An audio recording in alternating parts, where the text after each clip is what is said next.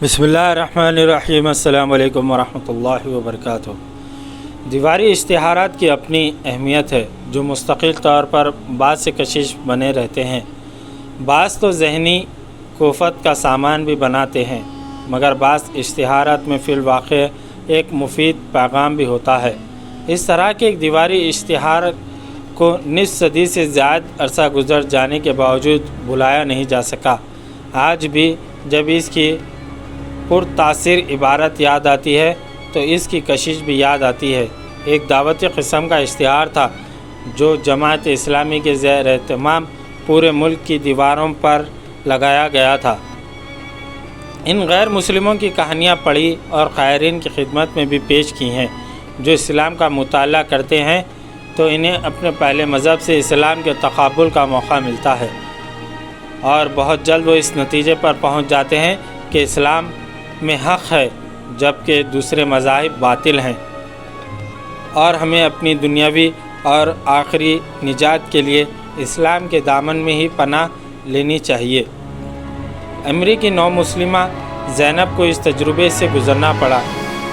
اس نے دوران گفتگو بتایا، اور جب یہ لمحہ آ گیا کہ مجھے اسلام ہی میں فلاح اور مسرت اور نجات کا یقین ہو گیا تو میں نے کلمہ شہادت پڑھ لیا۔ بہن زینب کی کہانی تفصیل سے سنتے ہیں۔ ان کا کہنا ہے، میں بچپن ہی میں جب اجرام فلکی کو دیکھتی تھی تو سوچنے لگتی تھی کہ ان چاند ستاروں کا خالق خدا کیسے اور کیوں ان کا خالق ہے، اور وہ خود کہاں رہتا ہے۔ میں ان سوالوں کا جواب سائنس کے ذریعے خود ہی تلاش کرنے لگتی تھی۔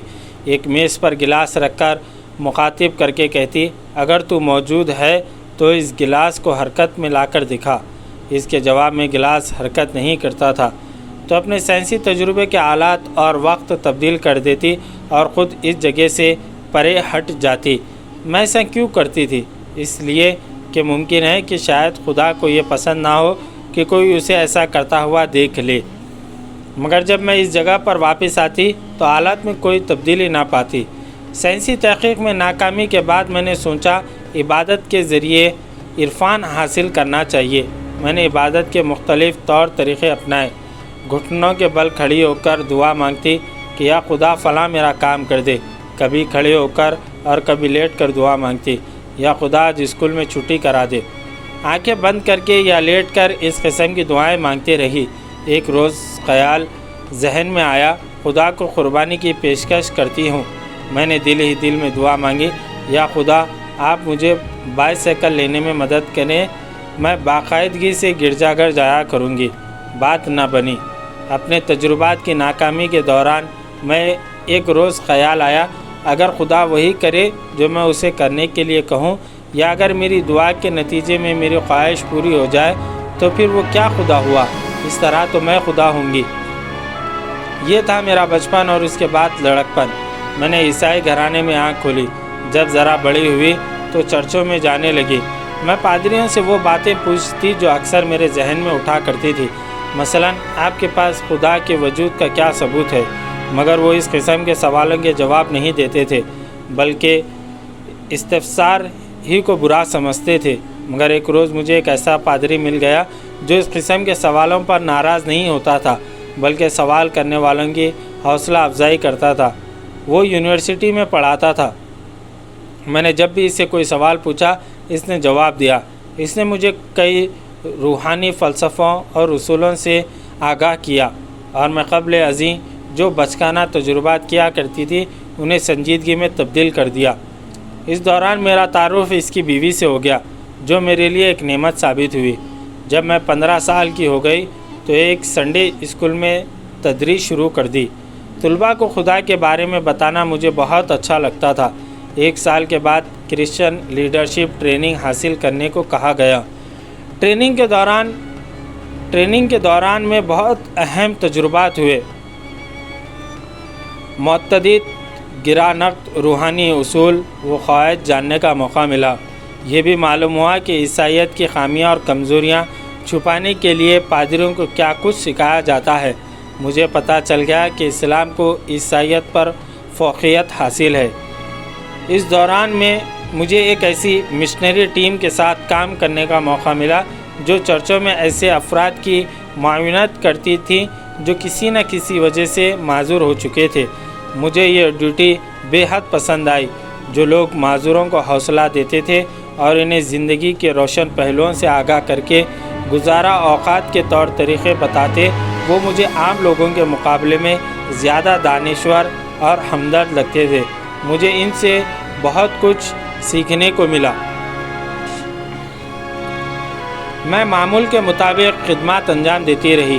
اپنے ساتھیوں سے بالخصوص سینئر رفقائے کار سے متاثر تو تھی، مگر کبھی کبھار ذہن میں خیال آتا تھا کہ انہیں اس عمر میں جس مقام پر فائز ہونا چاہیے تھا ایسا نہیں ہے۔ ان کے کردار عمل میں دو عملی اور دوغلا پن پایا جاتا ہے۔ اس طرح میں محسوس کرنے لگی کہ میں خدا سے دور ہوتی جا رہی ہوں۔ میں نے اپنی یہ پریشانی ایک پادری سے شیئر کی۔ اس نے کہا، عبادت زیادہ کیا کرو، جس طرح مسلمان ایک دن میں 5 مرتبہ عبادت کرتے ہیں۔ پادری مسلمان اور اسلام کے ساتھ میری دلچسپی نہیں بڑھانا چاہتا تھا، تاہم غیر اختیاری طور پر ایک بہت اچھا مشورہ دیا گیا تھا۔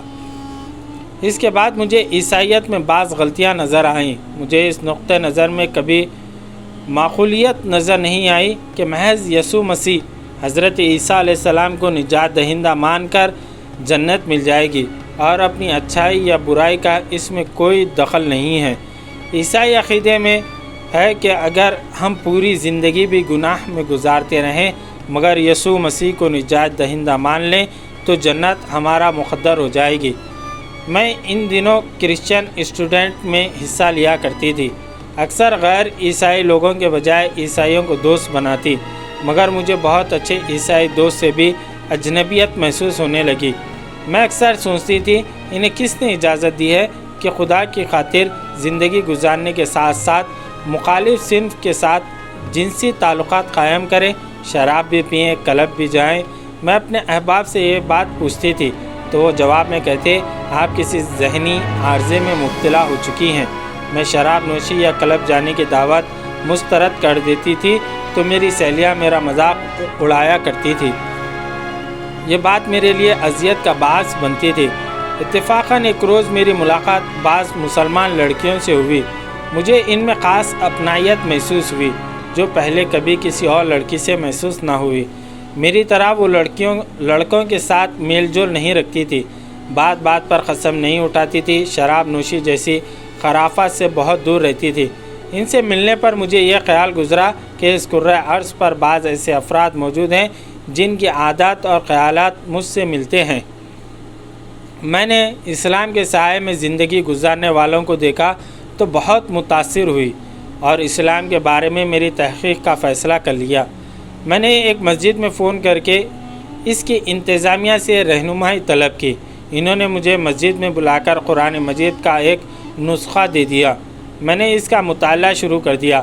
آہستہ آہستہ میری توجہ عیسائیت سے ہٹ کر اسلام کی طرف مبذول ہونے لگی۔ میں نے سنڈے اسکول میں مسیح بطور نجات دہندہ کا سبق پڑھانا چھوڑ دیا اور اخلاقیات کا سبق دینے لگی، مگر جلدی ہی مجھے احساس ہوا کہ میں منافقانہ روش اپنا رہی ہوں۔ یہ بچے بالخصوص ان کے والدین مجھے عیسائی رول ماڈل سمجھتے ہیں۔ میں دعائیں کرنے لگی کہ اس اسکول میں تدریسی ذمہ داریوں کے بجائے مجھے میرے نقطہ نظر سے ہم آہنگ کوئی جاب مل جائے۔ مجھے محسوس ہوا کس طرح سے میرا خدا میری مدد کر رہا ہے۔ میرا یہ معمول تھا کہ اتوار کے روز مختلف چرچوں میں جاتی اور وہاں موجود عیسائی مبلغین اور پادریوں وغیرہ کے کام اور ماحول کا جائزہ لیتی تھی۔ مثال کے طور پر اگر ایک گلی میں 2 چرچ ہیں تو ایک چرچ کے ارکان کی تعداد 50 جبکہ دوسرے کی 500 ہے۔ ان دونوں میں مجھے اس فرق کی سمجھ نہیں آتی تھی، مگر ایک عجیب خیال میرے ذہن میں ابھر کے آیا، یہ بھی خدا کی طرف سے ہو رہا ہے۔ میں اسلام کے رفتہ رفتہ متاثر ہوتی رہی، مگر میں نے اس سے پہلے اسلام کے موضوع پر کسی سے گفتگو نہیں کی تھی، کیونکہ میں سمجھتی تھی کہ ایسا کرنا میرے عیسائی خاندان اور دوستوں سے دھوکا ہوگا۔ میں نے اپنی مسلمان دوستوں کے ساتھ بھی اس بارے میں کوئی بات نہیں کی۔ دراصل میں نہیں چاہتی تھی کہ کسی کے دباؤ کے تحت اسلام قبول کروں۔ ایک روز اسکول میں میری ایک مسلمان دوست نے مجھ سے پوچھا، چھٹی والے دن گھر پر میری مصروفیات کیا ہوتی ہیں؟ میں نے بتایا، میں اسٹڈی سرکل میں پڑھایا کرتی تھی اور میرا بے حد پسندیدہ مشغلہ تھا۔ اس نے پوچھا، آج کل نہیں پڑھا رہی ہو؟ میں نے نفی میں جواب دیا تو میری دوست نے کہا، پسندیدہ مشغلہ کیوں ترک کر دیا؟ یہ تھا وہ لمحہ جب مجھے احساس ہوا کہ میرے اندر تبدیلی آ چکی ہے اور مجھے اس تبدیلی کا پہلے احساس ہی نہ ہوا۔ میں جانتی تھی کہ میں دوبارہ کبھی سنڈے اسکول پڑھانے نہیں جاؤں گی کیونکہ میں کسی حد تک مسلمان ہو چکی تھی۔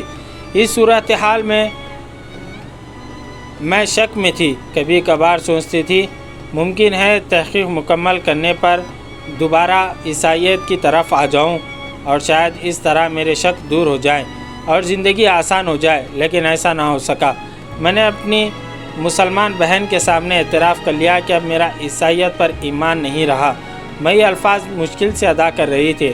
اس نے وجہ پوچھی تو میں نے کہا، میں قرآن کریم پڑھتی رہی ہوں اور بائبل کے مقابلے میں قرآن کی تعلیمات کو درست سمجھتی ہوں۔ اس نے پوچھا، کیا میں فی الواقع مسلمان ہو چکی ہوں؟ تو میں نے جواب دیا، مجھے صحیح علم نہیں مسلمان کی تعریف کیا ہے یا کسی غیر مسلم کو مسلمان بنانے والی چیز کیا ہے۔ میری دوست نے مجھ سے میرے عقائد کے بارے میں کئی سوالات پوچھے اور مجھے کہا، آپ مسلمان ہیں، قبول اسلام کی صرف رسم ادا کرنی باقی ہے۔ میں نے پوچھا، یہ رسم کیا ہے؟ اس نے کہا، میں کلمہ شہادت پڑھتی ہوں اور یہ الفاظ آپ دہرا دیں، اور انہوں نے کلمہ شہادت پڑھا۔ میں نے وہ الفاظ دہرا دیے۔ اس طرح چند لمحوں میں میرے اندر کی عیسائیت مر گئی اور اسلام نے جنم لے لیا۔ یہ بتانے کی شاید ضرورت نہیں کہ یہ روح پرور لمحہ زندگی بھر فراموش نہیں کر سکوں گی انشاءاللہ۔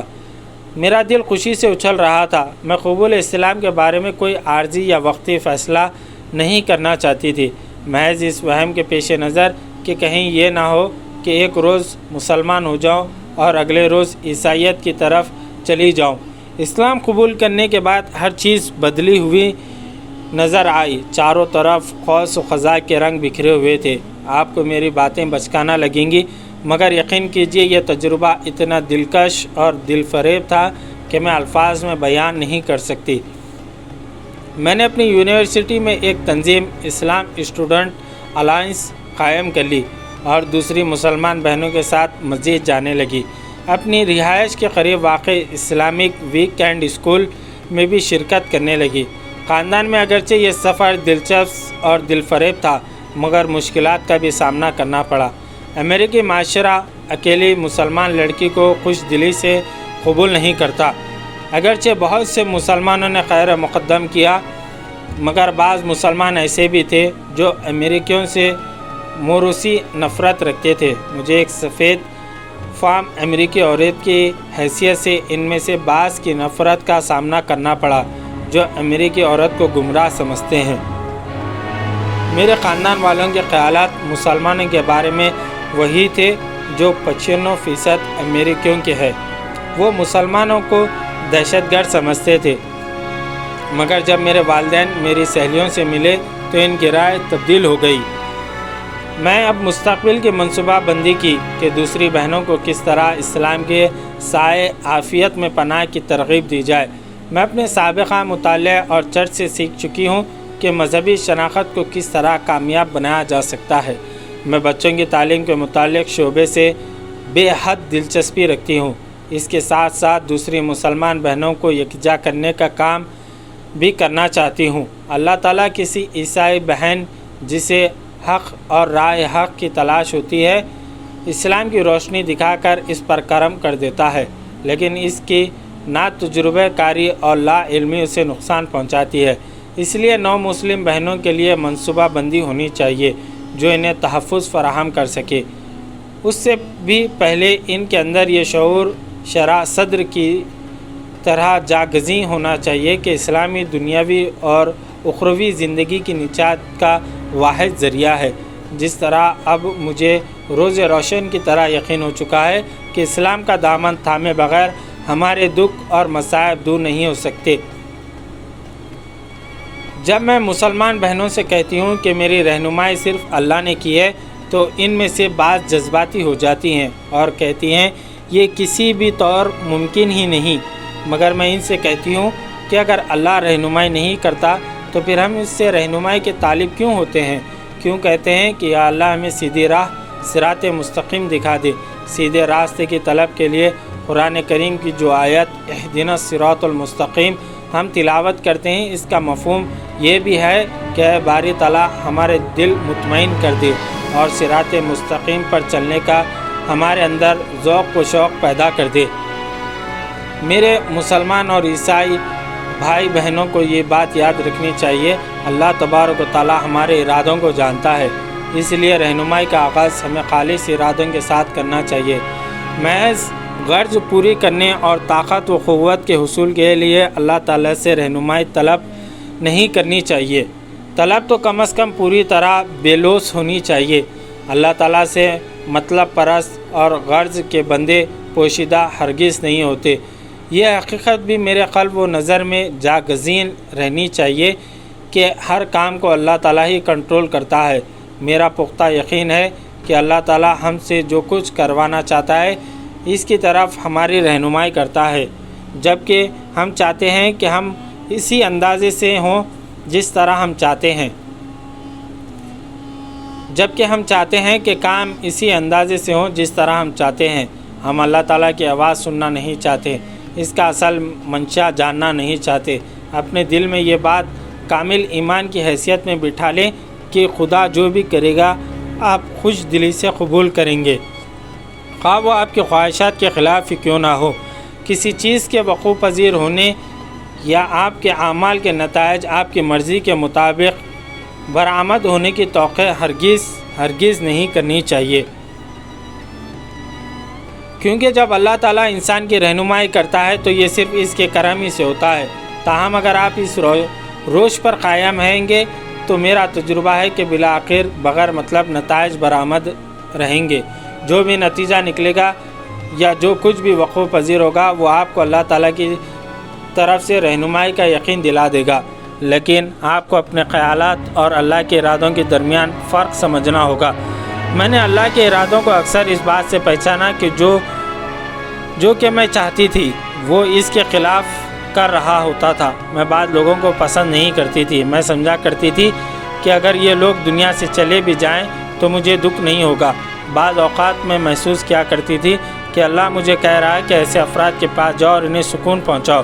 ایک مرتبہ میں نے محسوس کیا کہ اللہ مجھے کہہ رہا ہے کہ میں اس زمین پر موجود اپنے سب سے ناپسندیدہ فرد کے لیے رحم کی دعا کروں۔ اس وقت میں عجیب و غریب کیفیت سے دوچار ہو جاتی تھی۔ چنانچہ میں اللہ کو خیال کرنے کی کوشش کرتی ہے، اللہ کیا میں اس کے رحم و کرم کی دعا مانگوں؟ کیا میں یہ دعا نہیں کر سکتی کہ وہ کار کے حادثے میں زخمی ہو جائے اور مصیبت سے دوچار رہے؟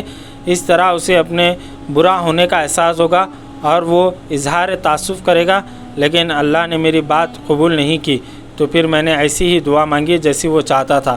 اللہ تعالیٰ کی طرف سے رہنمائی ملنے کی تصدیق اس طرح بھی ہوتی ہے کہ اس کی بات مان لینے سے بہتر نتیجہ نکلتا ہے۔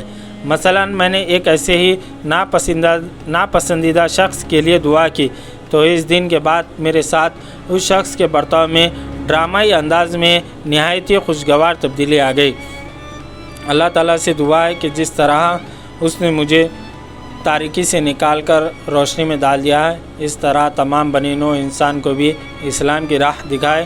آمین۔ جزاک اللہ خیر۔